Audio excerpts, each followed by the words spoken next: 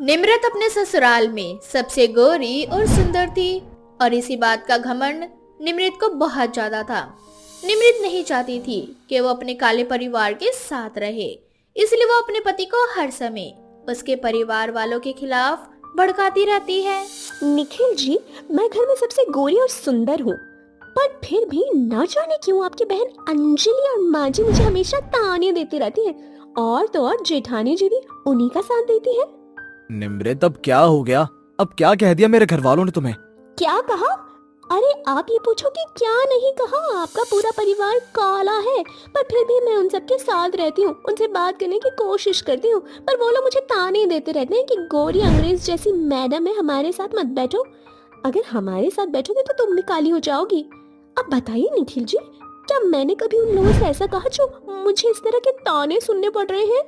निखिल निम्रत की बात सुनकर कोई जवाब नहीं देता। अब ऐसे ही कुछ दिनों के लिए निखिल शहर चला जाता है और निखिल की गैर मौजूदगी में निम्रत अपना असली रूप घर वालों को दिखाती है। जेठानी जी, जरा मुझसे दूर हटकर बैठे। अगर आपका काला साया मुझ पर पड़ गया ना, तो कहीं मैं भी आपकी तरह काली ना हो जाऊं। आज तुम कैसी बहकी बहकी बातें कर रही हो? जो हर समय मेरे साथ घूमा करती थी, आज मुझे मेरे रंग के लिए ताने दे रही है। मैंने तो पहले ही आपसे बोला था भाभी कि हमारे घर में सब काले हैं, इस गोरी को हमारे घर की बहू मत बनाओ, लेकिन आपने और माँ ने मेरी एक नहीं मानी और माँ और आपने मिलकर निखिल भैया की शादी निम्रत भाभी से करवा दी, क्योंकि निखिल भैया भी गोरे हैं। अंजलि, छोटी हो छोटी बनकर रहो। और एक बात और, जैसे तुम्हारा रंग काला है, वैसे अपनी काली जुबान से मेरे बारे में कुछ उल्टा बोलने की जरूरत नहीं है, समझी तुम? इस तरह से निम्रत पैर पटक कर वहाँ से चली जाती है। निम्रत का असली रूप देखकर नेहा बड़ी हैरान होती है। देवर जी के जाते ही देवरानी जी के तो तौर तरीके ही बदल गए। नेहा भाभी, निम्रत भाभी तो पहले से ही ऐसी थी, वो तो सिर्फ निखिल भैया की वजह से ये हम लोगों के सामने अच्छा बनने का नाटक कर रही थी। उनके जाते ही इन्होंने अपना असली रंग दिखाना शुरू कर दिया। अब इसी तरह से समय बीतता जाता है और निम्रत पूरे घर वालों को उनके रंग के लिए ताने देती है और सभी के सामने अपने ही ससुराल वालों के काले रंग का मजाक बनाती है। ऐसे ही एक दिन निम्रत की कुछ सहेलियां उससे मिलने उसके घर आती हैं। अरे निम्रत, तेरा घर तो सच में बहुत बड़ा है, लगता है अमीर घर में शादी हुई है तेरी। निम्रत नाम है मेरा, सब कुछ मेरे हिसाब से होता है, चाहे वो किस्मत हो या घर। निम्रत अपनी सहेलियों से बात कर ही रही होती है कि तभी वहाँ उसकी सास निशा आ जाती है, जो आज तीर्थ यात्रा से होकर आई थी। बहू, ये तेरी सहेली है? ये तो अच्छी बात है जो तेरी सहेलियां यहाँ पर आई हैं। बेटा, मैं तीर्थ यात्रा पर गई थी और ये लो प्रसाद। ए निम्रत, तेरी सास कितनी काली है। माफ करना आंटी जी, हम लोग काले लोगों के हाथों से कुछ नहीं लेते। बेटा, ये कैसी बातें कर रही हो? इंसान का रंग काला होता है, प्रसाद का नहीं, और मैं तुम्हें प्रसाद दे रही हूँ। निशा निम्रत की सहेलियों को प्रसाद दे ही रही होती है कि तभी वहाँ अंजलि चाय लेकर आती है और कुछ ही देर में निम्रत की जेठानी भी वहाँ आ जाती है। निम्रत की सहेलियां जब निम्रत के ससुराल वालों का काला रंग देखती हैं, तो उन लोगों का मुंह बन जाता है। निम्रत, अब मुझे समझ आ गया कि तेरी शादी इतने बड़े घर में क्यों हुई। इन लोगों को अपने काले बेटे के लिए कोई सुंदर लड़की नहीं मिल रही होगी और तू तो ठहरी लालची। तुझे तो एक अमीर परिवार चाहिए था, चाहे वो काला हो या गोरा, इसलिए तूने इस परिवार में शादी कर ली। इस तरह से निम्रत की सहेली उसके ससुराल वालों को मजाक बनाकर चली जाती हैं। ये सब देखकर निम्रत को बहुत गुस्सा आता है और वो अपना गुस्सा घर वालों पर निकालती है। अब पता चला आप लोगों को क्यों मैं आप लोगों को खुद से दूर रहने के लिए कहती हूँ। आप लोगों की वजह से आज मेरी इतनी इंसल्ट हुई है। अब इसी तरह से समय बीतता जाता है और बार बार निम्रत के ताने सुन सुनकर पूरा परिवार उससे परेशान होने लगता है। कुछ समय बाद निखिल घर आ जाता है। उसके घर आने के बाद निम्रत अपनी सहेली को वीडियो कॉल करती है और उसे कहती है, ये देखो, ये है मेरे पति, मेरी तरह गोरे और सुंदर। अभी ये सो रहे हैं, इसीलिए मैं इनकी तुझसे बात नहीं करा सकती। वैसे तू उस दिन क्या कह रही थी मुझसे कि मेरा पति काला है और मैंने पैसे के लिए शादी की? तो मैं तुझे बता दूं कि मैंने अपने ससुराल वालों को बिना सिर्फ निखिल जी को देखे उनसे शादी करी है। इसीलिए नहीं कि निखिल जी अमीर है, बल्कि इसीलिए क्योंकि निखिल जी मेरी तरह गोरे और सुंदर है, समझी? माफ कर दे निम्रत मुझे, मैंने उस दिन तुझे कुछ ज्यादा ही गलत कह दिया, पर यार तू काले लोगों के बीच कैसे रह सकती है? तू अपने काले परिवार से अलग क्यों नहीं हो जाती? चाहती तो मैं भी कुछ ऐसा ही हूँ, पर मैं चाह के भी निखिल को उनके परिवारों के खिलाफ नहीं भड़का पा रही हूँ। अब तू ही कोई तरकीब बता जिससे ये गोरी बहू काले परिवार में बंटवारा करवा सके। इस तरह से निमृत काफी देर तक अपनी सहेली से बात करती है। अब ऐसे ही कुछ दिन बीत जाते हैं और बहुत जल्द घर वालों को पता चलता है कि निमृत माँ बनने वाली है। जब इतनी बड़ी खुशखबरी घर वालों को मिलती है तो वो निमृत की सारी बातें भूलकर उसके साथ पहले की तरह रहने लगते हैं। अंजलि बेटा, निमृत जैसी भी है लेकिन है तो इस घर की बहू ना, इसीलिए सारी पुरानी बातों को भूल जा। हमारे घर में जल्द ही नन्हा मुन्ना मेहमान आने वाला है, हम सबको उसका खूब ख्याल रखना है। निशा के कहने पर अंजलि और नेहा निमृत का खूब ख्याल रखती हैं, पर निमृत अपने परिवार वालों से अलग होना चाहती थी और इसलिए वो निखिल से झूठ बोलती है। निखिल जी, अब मैं और बर्दाश्त नहीं कर सकती।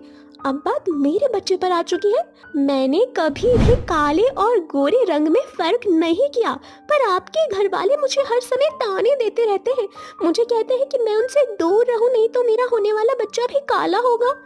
आखिर उन्हें मुझसे ऐसी कौन सी दुश्मनी है जो पूरा परिवार मेरे साथ इस तरह की हरकतें करता है? आज आपको एक फैसला लेना ही होगा। कैसा फैसला? आज आपको अपनी बीवी, बच्चों या परिवार में से किसी एक को चुनना होगा। इस घर में बंटवारा होगा, काले लोग एक तरफ और गोरे लोग एक तरफ, क्योंकि अब मैं घर वालों के ताने और नहीं सुन सकती। अगर मैं और आप गोरे हैं तो इसमें हमारी क्या गलती है? निखिल निमृत की बातों में आ जाता है और निमृत के कहने पर बंटवारा कर लेता है।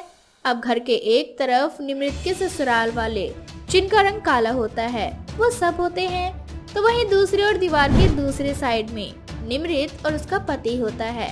अब ऐसे ही कुछ दिन बीत जाते हैं। निमृत गर्भवती थी और घर में बिल्कुल अकेली, इसलिए उसे ऐसे समय में अकेले ही सारी प्रॉब्लम को फेस करना पड़ता है और समय के साथ उसे अपनी गलती का एहसास होता है। और एक दिन जब निखिल घर में नहीं होता तब निमृत की तबीयत खराब हो जाती है। उसे दर्द में देख निशा उसकी मदद करने आती है। बहू, बिल्कुल भी मत डर, लंबी लंबी सांसें ले, मैं जल्दी से तुझे डॉक्टर के पास ले चलती हूँ। माँ, आप फिर भाभी के पास आ गई? आप भूल गई क्या कि भाभी हमारा काला रंग बिल्कुल भी देखना नहीं चाहती? अगर आप भाभी और उनके होने वाले बच्चों के आसपास रहीं तो कहीं ऐसा ना हो कि भाभी का होने वाला बच्चा भी काला हो जाए। आखिर इसी डर से तो भाभी ने इस घर का बंटवारा करवा दिया। क्यों भाभी, सही बोल रही हूँ ना मैं? निमृत अंजलि के किसी भी बात का जवाब नहीं दे पाती और उसका दर्द बढ़ने लगता है। दर्द में निमृत को तड़पता देख अब अंजलि से नहीं रहा जाता और अंजलि अपने माँ और बड़ी भाभी के साथ निमृत को हॉस्पिटल ले जाती है, जहाँ निमृत एक बहुत ही प्यारी सी बच्ची को जन्म देती है और अपने ससुराल वालों से अपनी इस गलती की माफी मांगती है। निखिल जी, अब मुझे घर में बंटवारा नहीं चाहिए। मैंने हमेशा से आपसे झूठ कहा। माँ जी, जेठानी जी और अंजलि दीदी ने तो मेरा बहुत ख्याल रखा, बल्कि मैंने ही घर में बंटवारा इसीलिए करवाया था कि मेरा बच्चा काला ना हो। मुझे बहुत बड़ी गलती हो गई। क्योंकि निमृत को अपनी गलती का एहसास हो चुका था, इसलिए निमृत के ससुराल वाले उसे उसकी गलती के लिए माफ कर देते हैं। अब निमृत अपने बच्चे और परिवार के साथ घर जाती है, जहाँ सब एक साथ मिलकर रहने लगते हैं, वो भी बिना किसी भेदभाव के। रिंकी एक गरीब माँ थी जिसकी बेटी पूजा अंधी थी। पूजा की उम्र शादी की हो चुकी थी, पर क्योंकि पूजा अंधी थी इसलिए कोई उससे शादी नहीं करना चाहता था। भला कोई अच्छे घर का लड़का उससे शादी करता भी क्यों? ना ही उसे दहेज मिलने वाला था और ना ही ढंग की लड़की। कहने को तो पूजा बहुत सुंदर थी, पर बेचारी देख नहीं सकती थी और इसी बात से परेशान रिंकी मालिक के घर काम कर रही होती है और तभी उसकी नजर घर आई राधा पर पड़ती है। क्या हुआ राधा, आज तुम बड़ी परेशान नजर आ रही हो। आज से पहले तो तुम जब भी मेरे घर आई हो हमेशा हंसती हुई आई हो। अरे भैया, अब क्या ही बताऊं, मेरा बेटा सूरज जिसकी शादी नहीं हो रही, अब मैं तो ये सोच रही हूँ कि अब जो भी लड़की मिलेगी मैं उसी से उसकी शादी करा दूंगी। फिर चाहे वो लड़की लंगड़ी हो, लूली हो, गूंगी हो, कुछ भी हो, सब चलेगा मुझे। अब कर भी क्या सकते हैं। अरे रिंकी, तुम यहाँ खड़ी खड़ी क्या देख रही हो? मेरी बहन आज बहुत दिनों बाद यहाँ आई है, जाओ कुछ नाश्ता पानी का इंतजाम करो। वैसे तो रिंकी रसोई में काम करने के लिए चली जाती है, पर उसका पूरा ध्यान राधा की बातों पर होता है। राधा की बातें सुनकर अब रिंकी के जहन में अपनी बेटी पूजा की शादी सूरज से करवाने की इच्छा उत्पन्न होने लगती है। बड़े लोगों की बड़ी बातें। काश की मालकिन अपने बेटे की शादी मेरी बेटी से करवा देती। आखिर उन्हें भी तो कोई भी लड़की चलेगी। क्या करूं, मालिक से बात करूं या ना करूं? वो ऐसा ना सोचे कि मैं गरीब बड़े बड़े सपने देख रही हूँ। ऐसा काम करती हूँ, मालिक की बहन को जाने देती हूँ, फिर अकेले में मालिक से बात करूंगी। यही सोचकर रिंकी घर के कामों में व्यस्त हो जाती है और इसी तरह से कुछ दिन बीत जाते हैं। आखिरकार रिंकी हिम्मत करके अपने मालिक से अपनी बेटी की शादी की बात कर ही लेती है। मालिक, आपसे कुछ बात करनी थी। हाँ बोलो रिंकी, क्या बात करनी है? मालिक, मैं बहुत दिनों से कहना चाहती थी पर डर लगता था। हम छोटे लोग हैं ना, तो कहीं आप हमें नौकरी से ना निकाल दें। पर मालिक जी, आपकी बहन बोल रही थी कि उन्हें अपने घर के लिए कैसी भी बहू चलेगी। मेरी बेटी अंधी है और मैं गरीब। मेरे पास इतने पैसे नहीं कि मैं दहेज देकर अपनी अंधी बेटी की शादी करवा सकूं। आपकी बहन बोल रही थी कि कोई भी लड़की चलेगी। अगर आप बुरा ना माने तो क्या मैं अपनी बेटी की शादी? अरे रिंकी, इसमें इतना सोचने वाली क्या बात थी? तुम्हें तो उसी दिन कह देना चाहिए था राधा से। चलो कोई बात नहीं, मैं राधा से बात करूंगा और तुम चिंता मत करना। तुम्हें 1 रुपए भी खर्च नहीं करना पड़ेगा और बड़े ही धूमधाम से तुम्हारी बेटी की शादी हो जाएगी मेरे भांजे सूरज के साथ। अब तो तुम बस गांव में न्योता बांटो। अपने मालिक की ये बातें सुनकर रिंकी बहुत खुश होती है। खुश होती भी कैसे नहीं, आखिर उसने सपने में भी नहीं सोचा था कि उसकी अंधी बेटी की शादी इतने बड़े घर में होगी। ये सोच सोच कर ही रिंकी बहुत खुश होती है कि उसकी बेटी भी बड़े घर की बहू बनेगी। माँ, क्या बात है, आज तुम बहुत ज्यादा खुश हो? हाँ पूजा बेटा, क्योंकि बहुत जल्द तेरी शादी होने वाली है, वो भी बहुत बड़े घर में। और उससे भी अच्छी बात ये कि लड़के वाले हमसे कुछ नहीं चाहते, उन्हें बस अपने घर के लिए एक संस्कारी बहू चाहिए। इस तरह से रिंकी पूरे गांव वालों को खुशखबरी सुनाती है। ऐसे ही कुछ दिन और बीत जाते हैं और बहुत जल्द पूजा की शादी राधा के बेटे सूरज से हो जाती है। शादी इतनी धूमधाम से होती है कि सभी गांव वालों की आंखें फटी की फटी रह जाती है। लड़का कितना सुंदर है। अरे मैंने तो सुना है रिंकी बहन जहाँ काम करती है उसी की बहन है इसकी बेटी की सास। और रिंकी ने 1 रुपए भी शादी में खर्च नहीं किए, सारा खर्चा लड़के वालों ने दिया है। पर जो भी कहो बहन, इस अंधे की किस्मत बहुत अच्छी है जो उसे इतना अच्छा घर परिवार मिला। गांव की सभी औरतें खुसर फुसर कर ही रही होती है कि आखिर पूजा के अंदर लड़के वालों ने ऐसा क्या देखा कि इस अंधी पूजा की शादी राधा ने अपने बेटे से करवा दी। अब ऐसे ही कुछ दिन बीत जाते हैं। पूजा अपने ससुराल में बहुत खुश थी। खुश होती भी क्यों ना, आखिर उसे उसके सपनों का ससुराल जो मिला था। ऐसे ही एक रात पूजा अपने कमरे में सो रही होती है, तभी उसे अपने कमरे में किसी की आने की आहट सुनाई देती है। कौन है? कौन है इतनी रात को मेरे कमरे में? अरे पूजा, आराम से बोलो, मैं हूँ तुम्हारा पति सूरज। इतना बोलकर सूरज उसका हाथ पकड़ लेता है। सूरज की ये बदतमीजी पूजा को जरा भी पसंद नहीं आती और वो उसके गाल पर एक थप्पड़ जड़ देती है। तुम्हें क्या लगता है मैं अंधी हूँ? मुझे दिखाई नहीं देता? मुझे पता नहीं चलेगा कि तुम कौन हो? मैं बहुत अच्छे से जानती हूँ कि तुम मेरे पति नहीं हो। मैं उनकी खुशबू, उनकी आहट से पहचान लेती हूँ। तुम मेरे पति नहीं हो, इसीलिए खबरदार जो मुझे हाथ लगाने की कोशिश की। पूजा, मेरी बात को समझो, मैं ही तुम्हारा पति हूँ और थोड़ा आराम से बोलो। अगर माँ ने सुन लिया और उन्होंने मुझे तुम्हारे पास देख लिया तो मुसीबत खड़ी हो जाएगी। मैंने कहा ना, मुझसे दूर हटो। मैं अंधी हूँ, बेवकूफ नहीं। मुझे आंखों से कुछ दिखाई नहीं देता, पर मुझे तुमसे ज्यादा इंसान की पहचान है। इस तरह से पूजा जोर जोर से चिल्लाने लगती है और तभी पूजा की आवाज सुनकर घर का नौकर रामू पूजा के कमरे में आता है। मालकिन, क्या हुआ? साहब जी से आपका कुछ अंदर हुआ क्या, जो आप साहब जी को अपना पति मानने से इनकार कर रही हैं? रामू, लगता है आज तुमने ज्यादा ही पी ली, तभी तुम ऐसी बहकी बहकी बातें कर रहे हो। अरे मैं अंधी हूँ, तुम भी अंधे हो गए हो क्या? दिखाई नहीं देता कि मेरे कमरे में कोई और आदमी आया? और मुझे जबरदस्ती अपनी बीवी बना रहा है। पर मालकिन, यही आपके पति हैं, यही तो हैं सूरज बाबू। घर में हो रहे शोर की आवाज सुनकर अबड़ा था और पूजा के शोर से उसके जेठ जेठानी की भी आंखें खुलती है और वो भी पूजा के कमरे में आते हैं। पर जैसे ही पूजा का जेठ कमरे में जाता है, पूजा उसके गले लग जाती है और सभी घर वालों से कहती है, सूरज जी, अच्छा हुआ जो आप आ गए। अब इन सबको बताइए कि ये आदमी मेरा पति नहीं, मेरे पति आप हो। पूजा, ये क्या बदतमीजी है? तुम मेरे पति को अपना पति कैसे कह सकती हो? माना कि तुम अंधी हो और मम्मी जी ने सूरज की शादी तुमसे कराकर तुम पर एहसान ही तो किया है। घर में किसी को कुछ समझ नहीं आ रहा था कि क्या हो रहा है। पूजा अपने जेठ को अपना पति कह रही थी तो वही उसकी जेठानी उसे इस बात के लिए धमका रही थी। तो वही दूसरी ओर सूरज पूजा को बार बार यकीन दिला रहा था कि वही उसका पति है और उसके साथ धोखा हुआ है। आखिर सूरज किस धोखे की बात कर रहा था? मैं अपनी पत्नी के साथ और धोखा होते हुए नहीं देख सकता। आप उसे सारा सच बताती हो या आज मैं खुद सच बताऊं? हाँ हाँ, हो रहा है पूजा बहू के साथ धोखा, और उसे धोखा देने वाला कोई और नहीं बल्कि मैं ही हूँ। पर मेरे ये सब करने की वजह ना तुम सब हो। मैं इसे इस घर की बहू इसलिए बनाकर लाई थी ताकि ये मेरे अंश को आगे बढ़ाएगी, लेकिन क्या हुआ, मेरा एक बेटा तो नपुंसक निकला, और अगर ये नपुंसक निकला तो मेरी ये बड़ी बहू जो कि एक बांझ निकली। अब एक बेटा मेरा नपुंसक है जो मेरे अंश को कभी आगे ही नहीं बढ़ा सकता, और मेरा जो दूसरा बेटा है वो अंश को आगे बढ़ा तो सकता है लेकिन उसकी बीवी बांझ निकली।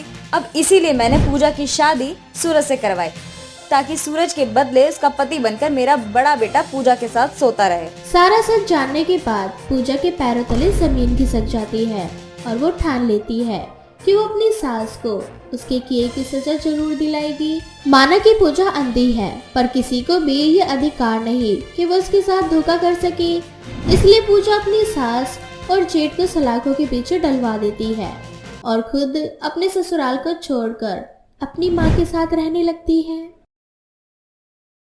गोलू नाम का एक लड़का बहुत ही अच्छा बच्चा था, हमेशा ही दूसरों की मदद किया करता था। ऐसे ही एक दिन गोलू जब घर से स्कूल जाने के लिए निकलने लगता है तभी तेज बारिश होने लगती है, जिसके बाद गोलू की माँ उसे एक छाता देते हुए उससे बोलती है, ये ले गोलू बेटा, आज तो स्कूल में ये छाता लेकर आराम से स्कूल जा। मेरे लिए नया छाता? माँ, सच में तुम बहुत अच्छी हो। तुम्हें पता था क्लास में सभी के पास छाता है सिवाय मुझे छोड़कर, पर आज तो मेरे पास भी छाता है। इतना बोलकर गोलू वहाँ से स्कूल के लिए चला जाता है। गोलू स्कूल जा ही रहा होता है कि तभी उसकी नजर एक बूढ़ी औरत पर पड़ती है जो बारिश से बचने के लिए एक पेड़ के नीचे खड़ी होती है। उसे देख गोलू उस बूढ़ी अम्मा से बोलता है, अम्मा, तुम इतनी बारिश में इस पेड़ के नीचे कब तक खड़ी रहोगी? ऐसे तो तुम भीग जाओगी और फिर तुम्हारी तबीयत भी खराब हो जाएगी। बेटा, मैं यहाँ रुक कर बारिश के रुकने का इंतजार कर रही हूँ। मैं मेरा छाता घर पर ही भूल गई और जब घर के लिए वापस जाने लगी अचानक से तेज बारिश होने लगी। कोई बात नहीं अम्मा, मेरे पास छाता है, तुम मेरे साथ मेरे छाते में चलो। इतना बोलकर गोलू उस बूढ़ी अम्मा को अपने साथ अपने छाते में ले लेता है और उसे उसके घर छोड़कर अपने स्कूल के लिए चला जाता है। कुछ देर बाद स्कूल की छुट्टी हो जाती है और सभी बच्चे अपना अपना छाता लेकर घर के लिए निकल पड़ते हैं। लेकिन तभी गोलू देखता है कि उसकी क्लास की एक लड़की अपने क्लासरूम के बाहर रो रही होती है। उसको रोता देख गोलू उसके पास जाता है और उससे बोलता है, अरे बिजली, तुम रो क्यों रही हो? तुम्हें घर नहीं जाना क्या? पर गोलू, मेरे पास तो छाता नहीं है। मैं और मेरी छोटी बहन अब इस बारिश में भीगते हुए घर कैसे जाएंगे? हमारे पास तो केवल एक ही छाता था और वो भी किसी ने चुरा लिया। बिजली को रोता देख और उसकी छोटी बहन को उसके साथ देख गोलू को अच्छा नहीं लगता और गोलू अपना छाता बिजली को देते हुए उससे बोलता है, कोई बात नहीं बिजली, मेरा छाता तुम रख लो, मैं तो अकेला हूँ, मैं भीगते हुए घर चला जाऊंगा। पर तुम्हारे साथ तुम्हारी छोटी बहन है, अगर वो भीगी तो उसकी तबीयत खराब हो जाएगी। थैंक यू गोलू, तुम बहुत अच्छे हो। अब बिजली गोलू का छाता लेकर अपनी बहन के साथ अपने घर के लिए निकल जाती है। कुछ देर बाद गोलू भी बारिश के मजे उठाते हुए अपने घर के लिए निकल पड़ता है, लेकिन तभी वो करण और आशु की बातें सुन लेता है। देखा, बिजली का छाता चोरी करने से तुझे कितना फायदा हुआ। तेरा वो टूटा छाता खोलते ही फिर से टूट गया। अगर हम दोनों ने आज बिजली का छाता चोरी नहीं किया होता तो तू तो भीगते हुए अपने घर जा रहा होता। करण और आशु की बात सुनकर गोलू को बहुत बुरा लगता है और गोलू उन दोनों से बोलता है, बिजली के साथ तुम दोनों ने सही नहीं किया। तुम्हारे माता पिता तुम्हें दोबारा छाता दिला सकते हैं, परंतु बिजली का इस दुनिया में कोई नहीं है सिवाय उसकी बूढ़ी दादी के। फिर भी तुमने बिजली का छाता चोरी कर लिया। देखो, तुम दोनों चुपचाप से जाकर बिजली को उसका छाता दे दो। चल भाग यहाँ से, बड़ा आया बिजली की साइड लेने वाला। अब ये छाता हमारा है। इतना बोलकर करण और आशु गोलू को धक्का मारकर चले जाते हैं और बेचारा गोलू कीचड़ में गिर जाता है। वही बूढ़ी औरत एक छाता लेकर गोलू के पास आती है और उसे उठाती है। उसे उठाने के बाद वो बूढ़ी औरत गोलू को एक छाता देती है और उससे बोलती है, गोलू बेटा, तुमने सुबह मेरी मदद करी थी। तुमने सुबह सुबह अपनी छाते के जरिए मुझे पहले मेरे घर पहुंचाया था, इसीलिए अब मैं ये छाता तुम्हें दे रही हूँ। बारिश भी तेज हो रही है, तुम पूरी तरह से भीग चुके हो। तुमने सुबह मेरी मदद की थी, इसीलिए मैं अब तुम्हारी मदद करती हूँ। मेरा ये छाता तुम रख लो बेटा। अम्मा, अगर मैं आपका छाता रख लूंगा तो आप घर कैसे जाओगी? गोलू बेटा, मैंने तुम्हें देखा है, तुम बहुत भोले हो और बहुत अच्छे भी, इसीलिए मैं तुम्हें अपना छाता दे रही हूँ। और रही बात मेरे घर की, तो यही पास में ही है मेरा घर, मैं नहीं भीगने वाली। एक बात और गोलू बेटा, याद रखना, तुम इस छाते को कभी गलत कामों के लिए प्रयोग मत करना। इतना बोलकर बूढ़ी अम्मा वहाँ से चली जाती है, लेकिन गोलू को कुछ समझ नहीं आता। जिसके बाद गोलू अपनी छतरी खोलकर चलने लगता है और जब उसका पैर कीचड़ में पड़ता है तो वो खुद से बोलता है, ओह नो, मुझे ये कीचड़ बिल्कुल नहीं पसंद और आज मैं दूसरी बार कीचड़ में आ चुका हूँ। बारिश होती है तो कितना अच्छा लगता है, पर उसके साथ जब भी कीचड़ आता है तो बहुत गंदा लगता है। काश कि मैं जहाँ जहाँ पर पैर रखता वहाँ की रोड बिल्कुल साफ होती जाती। गोलू के इतना बोलते ही जैसे ही गोलू अपना पहला कदम आगे बढ़ाता है, उसके पैरों के नीचे से सारी कीचड़ खत्म हो जाती है। अब जैसे जैसे गोलू आगे बढ़ता है, उसके रास्ते से कीचड़ गायब हो जाती है। अब गोलू को कुछ समझ नहीं आता, जिसके बाद गोलू खुद से बोलता है, आज सुबह से ही बारिश हो रही है और करण ने मुझे धक्का मारकर कीचड़ में गिरा दिया था। मैं बहुत गंदा और गीला हो रहा हूँ। काश मैं पूरी तरह से सूख जाता और मेरे बदन पर नए कपड़े आ जाते। गोलू के इतना बोलते ही उसकी इच्छा पूरी हो जाती है। जिसके बाद गोलू को उस बूढ़ी औरत की बात याद आती है और वो समझ जाता है कि एक जादुई छाता है। जिसके बाद गोलू अपने जादुई छाते को लेकर अपने घर के लिए जाने लगता है, लेकिन ये सब कुछ करण और आशु देख लेते हैं। जिसके बाद वो दोनों गोलू से उसका छाता छीनने की सोचते हैं और गोलू के पास जाकर गोलू से बोलते हैं, गोलू, तुम सही बोल रहे थे, हमने बिजली का छाता चुराकर बहुत गलत किया। ये लो बिजली का छाता, ये छाता तुम रख लो और कल उसे दे देना। मुझे बहुत अच्छा लग रहा है करण, तुम दोनों को अपनी गलती का एहसास हो गया। पर गोलू, तुम्हारे कहने पर हम बिजली को उसका छाता तो वापस कर रहे हैं, पर आशु के पास कोई छाता नहीं है। क्या तुम अपना छाता आशु को नहीं दे सकते? चलो अब गोलू, हमने तुम्हारी बात मानी है तो तुम भी हमारी बात मानो और अपना ये सुंदर सा छाता हमें दे दो। नहीं, तुम दोनों बहुत बुरे हो, मैं तुम दोनों को अपना छाता नहीं देने वाला। इतना बोलकर गोलू अपना छाता लेकर वहाँ से भागने लगता है, लेकिन आशु और करण मिलकर उससे जबरदस्ती उसका छाता छीन लेते हैं और उसके छाते को खोलकर जादुई छाते से बोलते हैं, जादुई छाते, मैं चाहता हूँ कि सामने जो बैल बंधी है वो बैल गोलू के पीछे पड़ जाए। लेकिन जादुई छाता करण की बात नहीं सुनता और उड़कर एक बार फिर से गोलू के पास आ जाता है। जिसके बाद गोलू अपने छाते को बंद करके घर की ओर निकलने लगता है, तो वही वह बैल गोलू के पीछे ना पड़कर करण और आशु के पीछे पड़ जाता है। ये देख गोलू को बहुत मजा आता है और वो बहुत जोर जोर से हंसने लगता है। जिसके बाद गोलू अपनी जादुई छाते के साथ घर जाने लगता है। तभी वो रास्ते में देखता है कि एक गरीब आदमी अपने घर के बाहर बैठकर रो रहा है। उसे रोता देख गोलू उसके पास जाता है और उससे बोलता है, क्या हुआ काका, आप इस तरह से क्यों रो रहे हैं? बेटा, मैं एक गरीब आदमी हूँ, मेरा इस दुनिया में कोई नहीं है। मेरे पास घर के नाम पर मेरी एक छोटी सी झोपड़ी थी, पर तेज बारिश में आंधी तूफान के चलते मेरी झोपड़ी टूट गई। अब मुझे समझ नहीं आ रहा इस बारिश के मौसम में मैं कहाँ जाऊंगा। गरीब आदमी का दुख देख गोलू से रहा नहीं जाता और वह अपने जादुई छाते की मदद से उस गरीब आदमी के लिए एक पक्का मकान जादू से बनवा देता है और अपने घर चला जाता है। घर जाने के बाद सारी बातें गोलू अपनी माँ को बताता है। इसके बाद उसकी माँ गोलू से बोलती है, गोलू बेटा, अगर सच में ये एक जादुई छाता है तो तुम हमेशा इसे अपने पास संभाल कर रखना और हमेशा इससे गरीब लोगों की मदद करना, कभी इसका गलत फायदा मत उठाना। जिसके बाद गोलू हमेशा उस छाते को अपने पास संभाल के रखता है और जब भी जरूरत पड़ती है तो वो उस छाते से जरूरतमंद व्यक्ति की मदद किया करता था।